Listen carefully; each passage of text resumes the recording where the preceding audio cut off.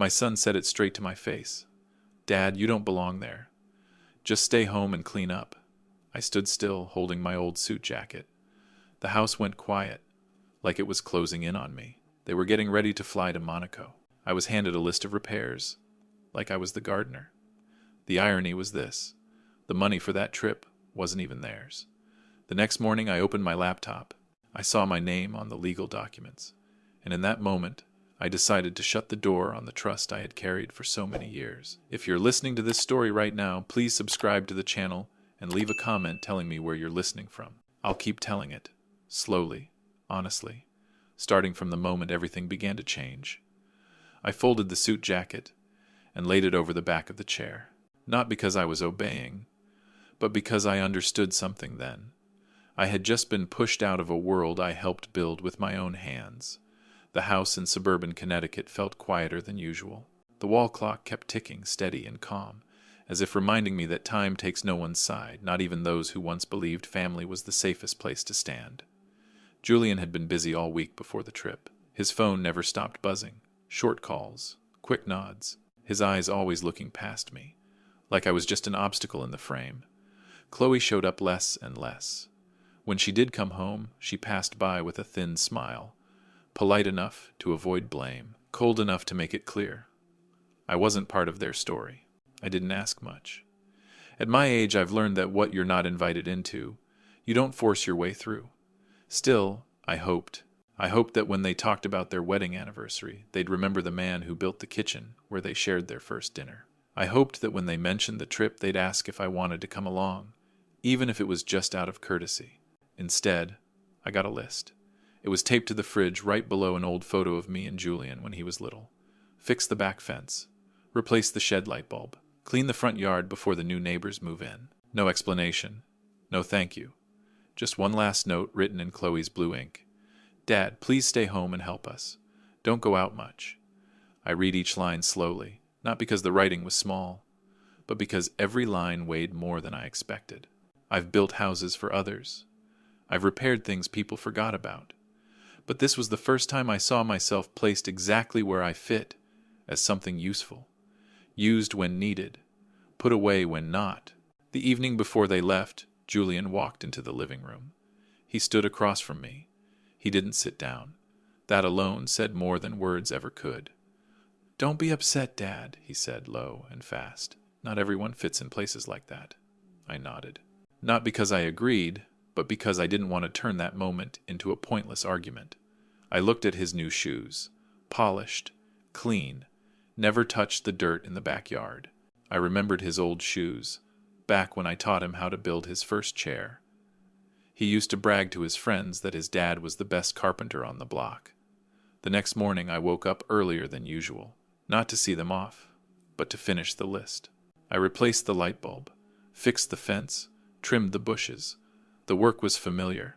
My calloused hands moved with the same precision as always. But in my mind, something was shifting, slowly and beyond repair. By noon, I went into the small office in the corner of the house. Hardly anyone ever went in there. Old papers, old bills, and a computer I rarely used. I turned it on without any clear reason, just a habit, checking things before closing them for good. My name appeared on the screen, not in a letter, but in the family account records. I frowned. I remembered handing management over to Julian long ago. I trusted him with numbers more than myself. I believed my son would never let money become my worry. I scrolled through the transactions. The amounts weren't shocking, but the way they showed up was flight payments, luxury accommodations, everything bundled neatly, clean, calculated, like it had all been planned carefully, except for one detail I never planned for: the source of the money. It was the fund I'd set aside for my final years, for medical care, for the days when I wouldn't be strong enough to work anymore. I sat there for a long time, not angry, not shaking, just an emptiness opening in my chest, right where trust used to live. That's when the irony became clear. I was considered unfit for their high-end world, yet my sweat was paying for dinners I wasn't invited to. I was told to stay home and clean, yet the legal signature was still mine. That afternoon, I locked the tool shed. Sunlight leaned across the freshly trimmed garden. I stood there, looking at my work, and realized this might be the last time I did these things, as someone still waiting. There was no one to confront then. Julian was on his way to the airport. Chloe was probably double-checking luggage. His in-laws, the ones who always looked at me with polite distance, were surely expecting a perfect trip. And me, I stood in the old house with a finished checklist and a truth laid bare. I said nothing. I made no calls. I sat down at the desk, opened the computer again, and began reading every line of fine print I had once ignored. It wasn't a moment of revenge. It was the moment I understood this simple truth. If I didn't protect myself, no one else would do it for me. And once a door of trust closes, what comes next isn't anger. It's a decision, one that must be prepared very quietly. I didn't shut the computer right away. I left the screen glowing, as if to remind myself those numbers were real, not a trick of age or tired eyes. Outside, I heard a neighbor's car pull away, then fade into the distance. The house slipped back into its familiar silence. I breathed slowly, evenly, the way I used to when measuring a piece of fine wood. No rushing. One small mistake can throw everything off forever. I read through the legal documents again. My name was still there, clear, undeniable. I remembered the day I signed them. I told Julian I trusted him to handle the things I no longer had the strength to watch closely. That trust didn't disappear overnight, but it had cracked deep enough for me to understand one thing: from now on, every decision had to be mine. I made a cup of tea and carried it into the office. My hands didn't shake. I didn't call my son. I didn't send a message. I knew if I did, the conversation would slide into emotions, and emotions wouldn't help me now. What I needed was clarity. I logged into the bank account. The system asked for verification. I followed each step slowly. I haven't used much technology these past years, but I've never been afraid to learn. Carpentry taught me this: if you don't understand a tool, it will hurt you. My granddaughter had shown me the steps before. I'd written everything down carefully. The transaction list appeared in full. I checked dates, compared amounts. There was no room for misunderstanding. Premium airline tickets, extended luxury accommodations, everything arranged neatly, as if the person spending the money was certain no one would ever look too closely. I glanced at the clock. They were on their way to the airport. Time was short, but it wasn't gone yet. I didn't feel anger the way people usually describe it. What I felt was a strange calm. When something is laid bare so clearly, there's nothing left to argue about. I thought about what Julian said days earlier. "Dad, you don't fit in places like that." Maybe he was right in one sense. I don't fit into standing on the sidelines watching others decide for me. I selected the option to cancel services. The system asked me to confirm. I read every line. No hesitation. I clicked confirm. A brief message appeared. Dry. Final. I moved on to the next charge. Then the next. Not fast. Not slow. Each confirmation felt like closing a door I'd left open for far too long. After that, I looked at the remaining balance. I didn't withdraw it all at once. I paused, thought it through. Not out of fear, but because I needed a plan. I transferred the money into a separate account under my name alone, quietly, without drawing attention, just putting things back where they belonged. The afternoon passed in silence. I cleaned the office, sorted through old papers. There were things I'd kept for decades, my first contract receipts for lumber photos of finished jobs. It struck me then. I'd spent my whole life building for others. Only now was I learning to rebuild boundaries for myself. My phone buzzed. A missed call. I didn't need to look to know who it was. I turned the phone face down on the table. Not to avoid anyone, but to keep my resolve steady. I told myself this: if things had to be said, they would be said when I was ready, not when I was cornered. That evening, I ate alone. A simple meal. I didn't turn on the television. I listened to the wind on the porch, the trees brushing against each other. I thought about Monaco, about places people call high-end. I had no clear picture of it, only the knowledge that I was considered unfit for that world. That thought no longer made me feel small. It simply showed me exactly where I was standing. Before bed, I opened the computer again. I reviewed their itinerary, the reservations that had once been set. I no longer felt like I was interfering in my son's life. I felt like I was correcting a misalignment. Like a door hung crooked on its hinges, you have to take it down and fix it, even if it takes time. That night, I slept deeper than I expected. No dreams, no restlessness, just the sleep of a man who had made a decision and accepted its weight. The next morning, I woke early. Sunlight streamed through the window, highlighting scratches on the wooden floor I'd built with my own hands. I made coffee, sat down, opened my email. Confirmation notices appeared, short, clear. I read each one, then saved them. Not as evidence, not yet, but as a reminder that things had changed. I was no longer the man who stayed home cleaning while others spent my money. And I wasn't waiting for an apology. I stood up and pulled an old suitcase down from the attic. It had traveled with me on work trips long ago. I opened it, packed a few clothes, a few personal items. Not much. I didn't know exactly where I would go first, but I knew this: I wouldn't stay to watch over a house where I was no longer respected. As I zipped the suitcase shut, I paused for a moment. Not out of regret, but because I understood that from this point on, every step would lead me toward a confrontation I'd never imagined. I didn't call it revenge. I called it a choice. And choices made in silence often lead to meetings no one can prepare for. I didn't fly straight through. At my age, I have no interest in racing someone else's schedule. I stopped in Italy first, to see an old friend I met back when I used to take jobs far from home. He's a tailor. We didn't talk much about the past. We didn't need to. Just watching the way he measured my shoulders, adjusted the collar. I knew I was being treated like a man again, not a shadow placed behind others. The suit was finished faster than I expected. Simple, no show. It fit. When I looked in the mirror, I didn't see myself younger. I saw myself clearer. I wasn't wearing it to prove anything. I wore it because I respected myself. When I arrived in Monaco, the city didn't greet me with grand words. It opened with light, with clean stone steps, with wide lobbies where people pass one another without looking. I walked slowly, no rush. I carried a small bag and the address of a hotel already confirmed. Not the most expensive one, just the right place.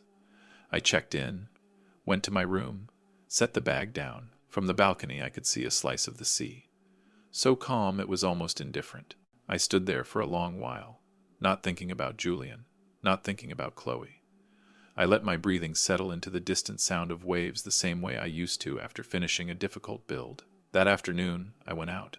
I walked the streets where shop windows glowed, where cars stopped exactly where they should, where everything moved like a well-maintained machine. I didn't shop. I just observed. In places like this, people size each other up quickly. By shoes, by watches, by the way they stand. I didn't try to change that. I just stood where I belonged. I saw them before they saw me. Julian was across the street near a fast food stand. He wasn't eating, just waiting. Chloe stood beside him. Her face couldn't quite hold its usual calm. His in-laws stood a little apart, each keeping distance, as if they didn't want to be seen together in that moment. I didn't need to hear a word. The way they stood said enough. I didn't walk over. I didn't call out. I stood on the balcony of a hotel across the street where I'd stepped in for a glass of wine. I raised the glass, not to celebrate, but to keep my hands occupied. My eyes met Julian's. He looked up. We stared at each other. No words. No gestures. Just a silence that lasted longer than usual. I saw something in his eyes I'd never seen when he faced business partners or his wife's family. Confusion. I didn't smile. I didn't turn away right away either. I held his gaze long enough for him to understand one thing I knew. Then I went back inside. That night I ate dinner alone. The restaurant was quiet. I chose a corner table where I could look out without being noticed. I ate slowly, not because the food was special, but because I didn't want emotion pulling me forward too fast. I thought about the house in Connecticut, about the list taped to the fridge. I thought about how everything had led me here. Not with one sudden leap, but with small steps ignored, one by one. My phone buzzed. This time I looked. A short message. No apology. No explanation. Just a request to meet. I set the phone down and kept eating. I didn't reply right away. Not to punish anyone, but because I needed to be sure that if the meeting happened, it would happen on my terms. The next morning, I woke early. I walked along the harbor. Yachts sat anchored there, silent and polished. I thought about the small wooden boats I used to repair for people by the lake. No one took photos of them, but they stayed afloat because they were built right. That thought made me feel lighter. I returned to the hotel and changed clothes. Not to impress, but so I wouldn't walk into a confrontation wearing the clothes of someone who had been pushed aside. I sat down and wrote a few notes. Not long, just points to remember, facts that needed to be said, without extra emotion. By midday, another message came in. A location was suggested, a high-end restaurant. I agreed. Not because it was expensive, but because places like that tend to keep voices low, and truth when spoken there has a way of carrying far. Before leaving the room, I stopped in front of the mirror. I looked at the man standing there. Not a gentleman learning manners late in life. Not a bitter old man. Just someone who had decided not to stay silent anymore. When I stepped out of the hotel, sunlight fell straight onto the road ahead. I knew I was heading toward an informal meeting, but the consequences wouldn't end with a meal. I carried no anger. I carried neatly folded documents inside my jacket, and I understood this sometimes silence held just long enough can expose more than any accusation ever could. The restaurant sat on a quiet street far from the noisy paths of tourists. When I walked in, everything was already arranged. A long table, white linens, soft lighting. The Whitmore family sat on one side. Julian and Chloe sat across from them. No one stood to greet me. I didn't mind. I chose my chair, sat down, and placed my hands on the table. There was no need to speak right away. The first minutes passed in an awkward politeness. A few formal phrases drifted out, thin, brief. I listened. I didn't interrupt. In places like this, people are used to talking about achievements, connections, things that can be measured. I let them speak, let my breathing slow, steady. When the first course was served, Julian looked at me. His eyes no longer held confidence. He opened his mouth as if to explain. I raised my hand very slightly. Not to command, just to signal that I would speak when the time came. I took the folder from the inside pocket of my jacket and placed it on the table. I didn't toss it. I didn't slide it. I set it down neatly. "These are what I found," I said, my voice low, just loud enough for everyone at the table. Not assumptions, documents. No one touched their cutlery after that. Chloe stared at the tablecloth. The Whitmores fell silent, their eyes shifting from me to Julian. I opened the folder and turned the pages. I didn't read every detail out loud. I pointed out what mattered: dates, charges, account names, things that don't need interpretation. Julian tried to speak. I looked at him, not harshly, but enough to make him stop. I wasn't here for an argument. I was here for the truth laid out in order without emotion. "I handed over management because I trusted you," I said. "I did not hand over permission to use my money for purposes that had nothing to do with me." No one argued. The silence thickened. This was no longer a meal. It became a reckoning, a moment where everyone had to see where they stood. Mr. Whitmore, the oldest man at the table, cleared his throat. He asked Julian a short question, not accusatory, but direct. Julian answered evasively. Then he fell quiet. That silence said more than his explanation ever could. Chloe looked up at me for the first time since I arrived. Her gaze had lost its sharp edge. I wasn't looking for sympathy. I looked at her the way I would look at a surface before deciding how to fix it. "I didn't come here to embarrass anyone," I said. "I came to put things back where they belong." The Whitmores exchanged looks. I saw confusion there, and disappointment. Reputation was something they valued above all else. This truth was inconvenient, but it was still the truth. I didn't need to say more for them to understand. Julian half stood, then sat back down. I looked at him, and this time I allowed myself one longer sentence. "You were afraid I'd embarrass you in front of others," I said. "But what embarrasses people isn't where they come from. It's how they use trust." No one interrupted. I saw Julian's hand tighten, then release. He looked down. I didn't feel victory in that moment. I felt a necessary ending. I closed the folder. I didn't demand an answer. I didn't ask for an apology. I simply made the next thing clear. From today on, I said, anything related to my finances will be decided by me. Everything else you'll handle on your own. The Whitmores nodded. Not all at once, but clearly enough. No one asked questions. They knew that any questions now would only make things worse. Chloe placed her hand over Julian's, then pulled it away, a small gesture. But I saw the distance forming. I stood first. I didn't wait for dessert. I didn't look back at the table. As I turned away, I heard a chair shift slightly, then stop. No one called me back. Outside, the air was cooler. I took a long breath. Not relief, but clarity. I knew I had just placed a period not on a relationship, but on a way of living that had gone on too long. I walked for a while without direction. Street lights reflected off the stone pavement. I thought about the years I stayed quiet to keep the peace. I understood then that silence had been mistaken for consent. My phone vibrated. A message from Julian. I didn't open it. Not out of anger, but because I knew some words spoken now would only blur what had just been made clear. I returned to the hotel, went up to my room, set the key down. I hung up my jacket, folded the papers, and placed them in the drawer. I sat in the chair and looked out from the balcony. The city moved on as if nothing had happened, and I realized that was a good thing. The confrontation was over. Judgment didn't need a raised voice. It lived in who was still trusted and who had to relearn how to stand on their own. I knew I wouldn't return to that table. And I knew that, from this moment forward, the road ahead would leave no room for the old compromises. I left Monaco on a quiet morning. No farewells, no urgent calls. I rolled my suitcase through the lobby, returned the key, and stepped outside. The early light rested gently on the pavement. Soft, even. I realized I wasn't carrying any sense of winning or losing, only the relief of a man who had put his boundaries back where they belonged. I didn't return to Connecticut right away. I needed time for things to settle, including inside myself. I passed through a few coastal towns, staying where no one knew my name. I woke early. I walked. I ate simple meals. In small cafes, no one asked what I did for a living.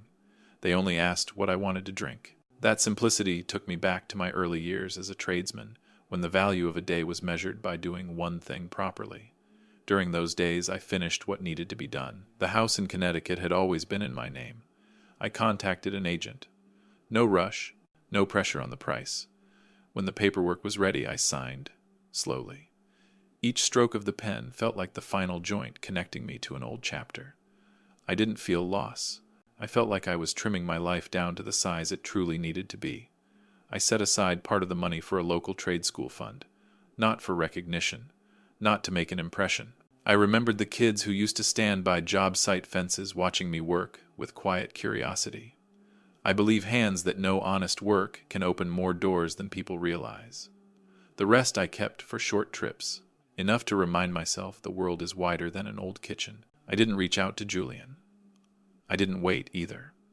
One afternoon, as I sat on a bench facing the sea, my phone vibrated. A short message. No explanations. It said he understood. I read it. I didn't reply right away. Not out of coldness, but because what needed to be understood had already been understood through action, not words. A few days later, I sent him a small package. No formal return address. Inside was the first woodworking tool set I'd given him when he was a boy. I'd kept it for years. I included a small note written steady and clear. Build your honor again with your own hands. No rush. I don't know when he'll read it. I don't need to know. That evening, I stood on the deck of a slow-moving ship, heading toward the horizon. The sun set quietly. Not dramatic. Just warm enough. I thought about what had passed. Not to blame, but to place things where they belonged. I once believed staying was responsibility. Now I understand. Leaving at the right time is also responsibility to oneself. I blocked Julian's and Chloe's numbers. There was no anger in that decision. It felt like closing a door so the wind wouldn't blow back into the house. If we ever speak again, it will be a new conversation not built on old compromises. Night fell. The ship moved smoothly. I listened to the steady water against the hull. I rested my hand on the rail, feeling a familiar solidity. I've spent my life working with wood with joints that must be precise. Life is the same. When a joint is done carelessly, it shows sooner or later. When you fix it the right way, there's no need to show it off. I don't call this story a perfect ending. Some distances remain. Some things take time. But I call it a good ending. Good because I chose self-respect. Good because the truth was placed on the table without raised voices. Good because I no longer live to fit someone else's gaze. When I stepped inside, the hallway lights came on. I hung up my jacket, set my hat down, and sat. I felt steady enough to continue, light enough not to carry burdens that were never mine to begin with. The price of respect isn't in the clothes you wear or the places you go. It's in having the courage to leave when you're no longer valued, and the courage to begin again slowly with your own two hands. If this story made you pause and reflect, Please tap like to support it, subscribe so you don't miss the next story, and share it with someone who might need a quiet reminder. Thank you for staying until the end. Your listening is the most meaningful thing of all.